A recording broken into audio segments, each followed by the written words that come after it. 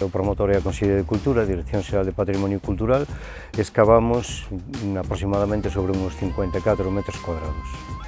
O Castro Sarrial é un castro de Eira do Ferro. A cronoloxía que temos detectada ao longo destas campañas de excavación é aproximadamente entre o século IV a.C.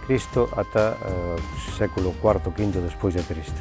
O espacio da terraza onde realizamos a intervención este ano é un espacio que se utiliza con unha finalidade industrial adicada á siderurxia.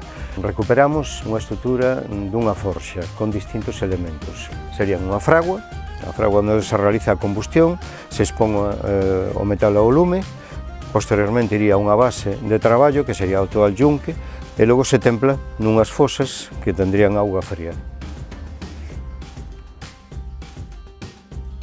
O pavimento desta construción é un pavimento da etapa galaico-romana, sería unha parte de unha arsela de 10 centímetros de grosor que posteriormente pasa a convertirse en un opus sininum.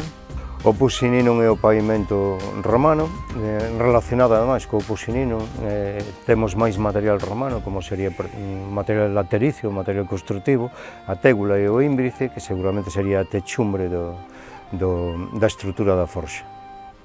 O muro lateral que excavamos este ano ven delimitado por un contraforte e logo únese a un muro semicircular que xa recuperamos o ano anterior, formaría a estrutura construtiva da forxa e estaría roto por un muro tardo antigo.